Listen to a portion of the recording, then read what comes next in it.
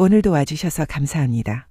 선생님을 위해 준비한 차 한 잔과 함께 오늘 이야기도 편하게 들어보세요. 안녕하세요. 건강한 오늘, 편안한 내일을 응원하는 채널 건강똑똑입니다. 혹시 여러분 중에 오늘 저녁 드시고 나서 아유, 밥은 살찌니까 반 공기만 먹어야지 하시고는 식탁에 둘러앉아 달콤한 포도 한 송이나 큼직하게 썬 수박 몇 조각 혹은 사과 한 개를 깎아서 다 드신 분 계신가요? 과일은 자연에서 온 거니까 비타민도 많고 소화도 잘 되니까 밥보다 낫겠지 하시면서요. 사실 제 이야기이기도 합니다.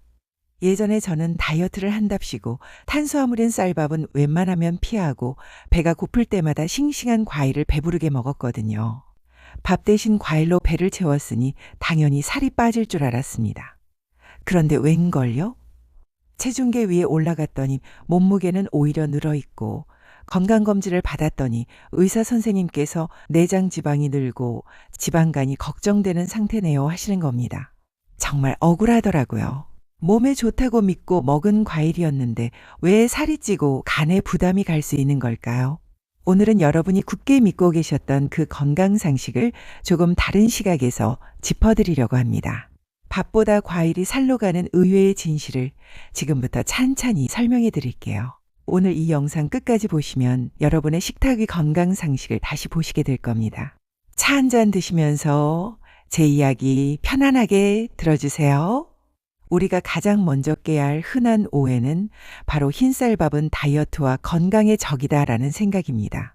요즘 탄수화물이 비만의 주범으로 몰리면서 밥상에서 쌀밥을 몰아내시는 분들이 참 많죠. 하지만 놀랍게도 흰쌀밥은 무조건 피해야 할 음식이라기보다 우리 몸에 필요한 에너지를 공급하는 식품입니다. 우리 몸 특히 뇌세포와 신경세포는 오로지 포도당만을 에너지원으로 사용합니다. 쌀은 전체 성분의 75에서 80%가 탄수화물로 이루어져 있는데 이것이 소화효소에 의해 아주 쉽게 포도당으로 분해되어 우리 뇌에 에너지를 공급해 줍니다. 밤새 에너지를 쓰지 못한 뇌가 아침에 맑게 깨어나려면 이 포도당이 반드시 필요하죠. 게다가 쌀은 단백질, 지방, 칼슘, 마그네슘, 미네랄까지 함께 들어있는 식품입니다. 그래도 흰쌀밥은 도정을 많이 해서 살찌지 않나요? 하실 수 있습니다. 맞습니다. 통곡물이나 현미가, 식이섬유가 더 많은 것은 사실입니다. 하지만 밀가루로 만든 면 요리와 비교하면 흰쌀밥은 더 단순하게만 볼 수 없는 선택입니다. 밀가루는 밀의 나다를 여러 번 갈아내는 도정 과정을 거치면서 비타민이나 식이섬유가 다 떨어져 나갑니다. 하지만 쌀밥은 껍질을 벗기긴 해도 곡물 자체를 가루로 완전히 빻아버리지 않기 때문에 면류에 비해 가공 과정이 덜하고 우리 몸에 더 편한 쪽으로 작용할 수 있습니다. 그러니까 밥을 무조건 두려워하실 필요가 전혀 없다는 뜻입니다. 그렇다면 진짜 문제는 무엇일까요? 바로 우리가 밥 대신 혹은 밥을 먹고 나서 습관적으로 챙겨 먹는 과일 속 과당의 배신입니다. 선생님 지금 보고 계신 내용이 도움되신다면 화면 하단에 엄지손가락을 눌러 좋아요 한번 눌러주세요. 선생님의 좋아요는 대한민국 시니어 모두가 건강해지는 시작점이 될 수 있습니다. 이야기를 이어가 볼까요? 여러분, 과일에 들어있는 단맛의 정체는 바로 과당입니다. 앞서 쌀밥이 소화되면 포도당이 된다고 말씀드렸죠? 과당과 포도당은 분자 구조부터가 다르고 우리 몸에서 작용하는 방식도 완전히 다릅니다. 포도당은 우리 몸에 들어오면 머리끝부터 발끝까지 온몸의 세포로 퍼져나가 에너지로 쓰입니다. 일을 하고 숨을 쉬고 근육을 움직이는데 착실하게 사용되죠. 그런데 과당은 어떨까요? 과당은 온몸의 세포에서 사용되지 못하고 대부분 곧바로 간으로 가서 처리됩니다. 이게 왜 무서운 일인지 비유를 들어 설명해 드릴게요. 포도당이 간에 들어올 때는 우리 몸의 에너지 조절 시스템이라는 철저한 문지기들이 검사를 합니다. 지금 몸에 에너지가 충분하네? 그럼 넌 잠깐 기다려 하고 속도를 조절하죠. 그런데 과당은 이 체내 에너지 처리 경로의 주요 조절 단계를 거의 거치지 않고 우회해버리는 손님과 같습니다. 문지기를 따돌리고 간으로 몰려가서 지방을 생성하고 축적하는 방향으로 작용하기 쉬워집니다. 그래서 과당은 단순한 열량 덩어리가 아니라 우리 몸에 지방을 만들어라, 그리고 저장해라 라고 신호를 보내는 쪽으로 작용할 수 있습니다. 게다가 간에서 처리되는 과정에서 세포가 쓰는 에너지를 빠르게 소모시킬 수 있습니다. 에너지가 고갈되니 세포는 힘을 잃고 장기적으로는 지방간 인슐린 저항성 그리고 대사증후군 위험을 높이는 원인 가운데 하나가 될 수 있습니다. 그래서 식후에 입가심으로 먹는 듬뿍 담긴 과일이 간의 입장에서는 큰 부담이 될 수 있는 것입니다. 아니, 그래도 설탕이나 시럽 같은 인공적인 단맛보다는 자연의 과일이 훨씬 몸에 좋은 거 아니에요? 네, 맞습니다. 과일 그 자체는 문제가 아닙니다. 실제로 여러 연구를 보면 과일 속 천연 과당은 인공 과당처럼 부정적인 영향을 그대로 보이지 않는다는 결과도 있습니다. 오히려 청소년기에 과일을 많이 섭취할수록 체질량 지수와 체지방이 감소하는 경향을 보였다는 국내 연구도 있죠. 그렇다면 과연 무엇이 차이를 만드는 걸까요? 바로 과일 안에 듬뿍 들어있는 식이섬유와 파이토뉴트리언트라는 보호막 때문입니다. 우리가 생과일을 씹어 먹으면 과일 속의 수용성 식이섬유가 우리 장에서 수분을 흡수해 끈적끈적한 겔처럼 변해서 부피가 커집니다. 이 끈적한 방어막이 과당이 장벽을 통과해 혈액으로 훅 들어가는 것을 꽉 잡고 지연시켜줍니다. 덕분에 혈당표가 급격하게 치솟는 혈당 스파이크를 막아주고 인슐린이 안정적으로 분비되게 도와주죠. 과일이 부피가 크다 보니 포만감을 주어 다른 고열량 음식을 덜 먹게 하는 역할도 합니다. 문제는 우리가 과일을 먹는 방법과 타이밍에 있습니다. 첫 번째는 식사 직후에 먹는 습관입니다. 이미 쌀밥을 통해 몸에 포도당이 꽉 차서 췌장이 열심히 인슐린을 뿜어내고 있는데 그 위에 수박이나 포도 같은 당도 높은 과일이 쏟아져 들어오면 어떻게 될까요? 간은 이미 들어온 포도당만으로도 벅찬데 과당까지 밀려오니 처리하지 못하고 내장 지방과 간의 지방으로 쌓이기 쉬워집니다. 밥 따로 과일 따로 살이 찌는 셈이죠. 두 번째는 과일을 씹어 먹지 않고 즙을 내거나 갈아 마시는 습관입니다. 건강을 위해 아침마다 사과와 당근을 착즙기로 짜서 드시는 분들 많으시죠? 음료 형태로 과일을 섭취하면 어떻게 될까요?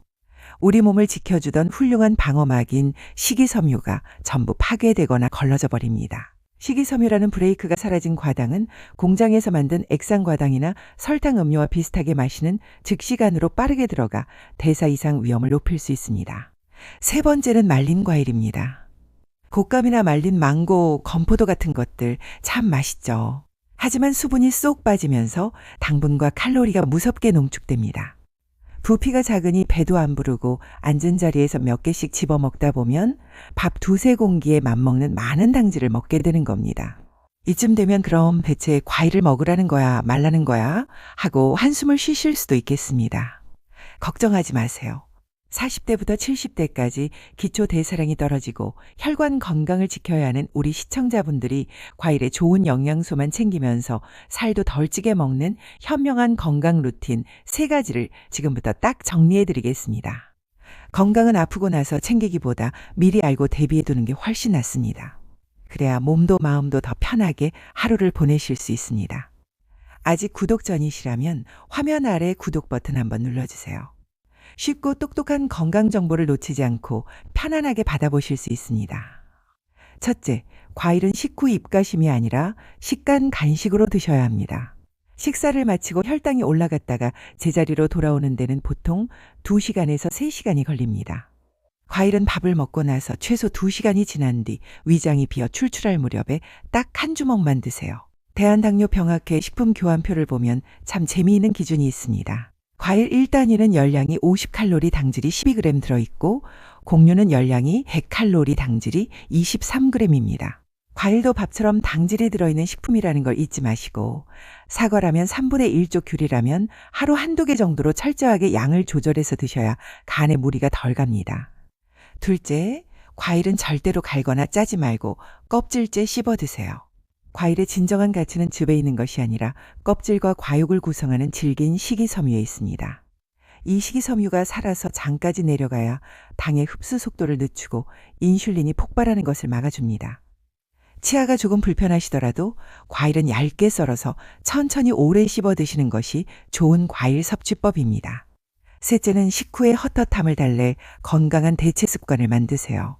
식사 후에 왠지 모르게 입이 심심하고 단 것이 당기는 것은 위가 비어서가 아니라 뇌 습관 때문입니다. 이럴 때는 억지로 참기보다는 혈당을 올리지 않는 건강한 간식으로 눈을 돌려보세요. 불포와 지방산이 풍부하게 들어있는 무염 견과류 한 줌은 혈관 건강과 대사증후군 예방에 좋은 대안이 됩니다. 단맛이 없는 플레인 요거트나 오이나 당근 같은 채소 스틱도 괜찮습니다.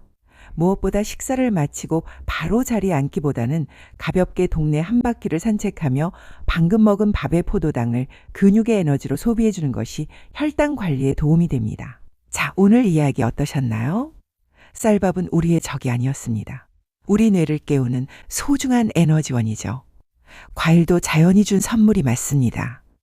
하지만 아무리 좋은 음식도 잘못된 방법으로 넘치게 먹으면 부담이 되듯 부드럽고 달콤하다는 이유로 식후에 배가 부를 때까지 과일을 드시는 습관은 우리 간을 힘들게 하고 뱃살을 늘리는 지름길이 될 수 있다는 점 꼭 기억해 주셨으면 좋겠습니다. 이제 식탁 위에서 밥을 두려워하지 마시고 적당량을 맛있게 꼭꼭 씹어 드세요.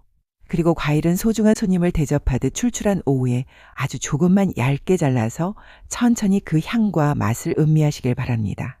우리 몸은 우리가 매일 먹는 습관들의 정직한 결과물입니다. 조금만 신경 써서 식습관을 바꾸시면 몸이 한결 덜 부담스럽고 일상이 더 편해질 수 있습니다. 오늘 영상이 여러분과 여러분 가족의 건강한 밥상을 차리는데 작은 도움이 되기를 진심으로 바랍니다. 영상을 보시면서 새로 알게 된 사실이나 나는 식후에 이런 간식을 먹는다 하는 여러분만의 좋은 꿀팁이 있다면 아래 댓글로 꼭 남겨주세요. 다른 분들께도 아주 큰 도움이 될 겁니다. 오늘 내용이 도움되셨다면 이 영상 꼭 필요한 가족분들이나 지인분들께도 한번 보내주세요. 특히 비슷한 증상으로 불편해하시는 부모님이나 주변 분들께는 꽤 도움이 될 수 있습니다. 그리고 아유, 우리 남편이 밥 먹고 맨날 참외 깎아오라고 하는데 어쩌지? 우리 엄마는 밥맛 없다고 과일만 드시는데 하고 떠오르는 분이 계시다면 지금 바로 공유 버튼을 눌러서 이 영상을 카카오톡으로 전달해 주세요. 잔소리 100번보다 이 영상 한 편이 가족의 건강을 지키는 든든한 참고가 되어드릴 수 있습니다. 건강을 잃으면 전부를 잃습니다. 다음 시간에도 무병장수의 여정을 함께 해주세요. 감사합니다.